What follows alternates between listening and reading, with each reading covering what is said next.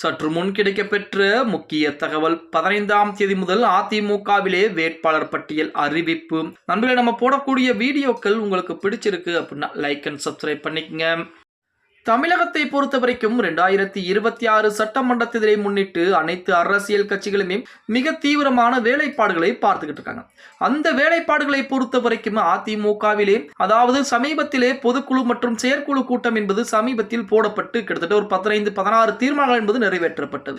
அடுத்த நாளே வருகின்ற 15ஆம் தேதி அதிமுகவிலே விருப்ப மனு பதிவு செய்யலாம் என எடப்பாடி பழனிசாமி அறிவிப்பை கொடுத்திருக்கிறார். சட்டசபை தேர்தல் நெருங்கி வரும் நிலையிலே வருகின்ற 15ஆம் தேதி முதல் அதிமுகவிலே விருப்ப மனு விநியோகம் தொடங்கும் என அறிவிக்கப்பட்டிருக்கிறது. வரும் 15ஆம் தேதி முதல் 23ஆம் தேதி வரை அதிமுக சார்பிலே விருப்ப மனு விநியோகம் செய்யப்படுகிறது. தமிழ்நாடு, புதுவை, கேரளாவில் போட்டியிட விரும்புபவர்கள் விருப்ப மனு பெறலாம் என அதிமுக தலைமை கழகம் அறிவித்திருக்கிறது. இது தொடர்பான அதிமுகவுடைய பொதுச்செயலாளர் எடப்பாடி பழனிசாமி கொடுத்த அறிவிப்பிலே தமிழ்நாடு சட்டமன்ற பொதுத் தேர்தல், புதுச்சேரி மற்றும் கேரள மாநில சட்டமன்ற பொதுத் தேர்தல்கள் விரைவில் நடைபெற இருப்பதை முன்னிட்டு அனைத்திந்திய அண்ணா திராவிட முன்னேற்ற கழகத்தின் சார்பாக வேட்பாளராக போட்டியிட விரும்பக்கூடிய கழக உடன்பிறப்புகள் தலைமை கழகத்தில் வருகின்ற 15-12-2025 முதல் 23-12-2025 செவ்வாய்க்கிழமை வரைக்கும் தினமும் காலை 10 மணி முதல் மாலை 5 மணி வரையிலும் முதல் நாளான 15ஆம் தேதி மட்டும் நண்பகல் 12 மணி முதல் அதற்கான படிவங்களை பெற்று அதில் கேட்கப்பட்டுள்ள அனைத்து விவரங்களையும் தெளிவாக பூர்த்தி செய்து மேற்கண்ட காலத்திற்குள் தலைமை கழகத்தில் வழங்கலாம் என தெரிவிக்கப்பட்டிருக்கிறது அப்படின்னே கூட சொல்லு.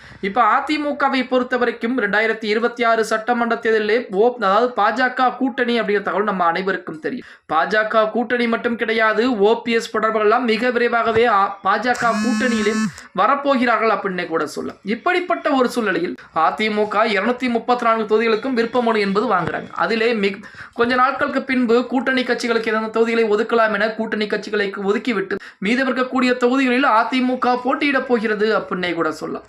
அதுவுமே 2026 சட்டமன்ற தேர்தலில் 210 தொகுதிகளில் அதிமுக கண்டிப்பாக வெற்றி வாய்ப்பை பெற்றே ஆக வேண்டும், வெற்றி பெற்றே தீர வேண்டும் என இலக்கு நிர்ணயம் செய்யப்பட்டு அதற்குரிய வேலைப்பாடுகளை பார்த்துக்கிட்டு இருக்காங்க. ஆனால் திமுக 200 தொகுதியில் வெற்றி பெற்றாலே எங்களுக்கு போதும் அப்படின்னு சொல்லி அதற்குரிய வேலைப்பாடுகளை பார்க்குறாங்க. திமுகவை பொறுத்த வரைக்கும் கீழ்மட்டத்தில் இருக்கக்கூடிய தொண்டர்களாகட்டும், பூத் கமிட்டி ஆகட்டும் மிக வலுவாக இருந்து கொண்டிருக்கிறது. 100 நபர்களுக்கு 100 வாக்காளர்களுக்கு ஒரு நபர் என திமுக நியமித்து அதற்குரிய வேலைப்பாடுகளை கடந்த மாதங்களிலிருந்தே தொடங்கிட்டாங்க கூட சொல்லலாம். ஆனால் அதிமுக இன்று வரைக்கும் பூத் கமிட்டியிலே சுணக்கம் காட்டிக் கொண்டிருக்கிறது. பூத் கமிட்டி மட்டும் மிக வலுவான ஒரு கட்டமைப்பை அமைத்து விட்டால் கண்டிப்பாக அந்த பகுதியில் அந்த கட்சியை தவிர வேறு யாரும் ஜெயித்துவிட முடியாது அப்படிங்கிற தகவல் நம்ம அனைவருக்கும் தெரியும். அதன் அடிப்படையிலே அதிமுகவில் 15ஆம் தேதி முதல் விருப்ப மனு என்பது யார் யார் போட்டியிட விருப்பம் தெரிவிக்கிறார்களோ அவர்கள் பூரா விருப்ப மனு என்பது வாங்கி மறுபடியும் தலைமை கழகத்திலே கொடுக்கலாம். அதை மறுபடியும் பரிசீலனை எடப்பாடி பழனிசாமி செய்துவிட்டு யார் யாருக்கு வாய்ப்புகளை கொடுக்கலாம், யார் யாருக்கு நிராகரிக்கலாம் என எடப்பாடி முடிவு செய்வார் என அறிவிப்பு என்பது வெளியாகி இருக்கிறது. ஓகே, வீடியோ பிடிச்சிருந்தால் லைக் அண்ட் சப்ஸ்கிரைப் பண்ணிருங்க.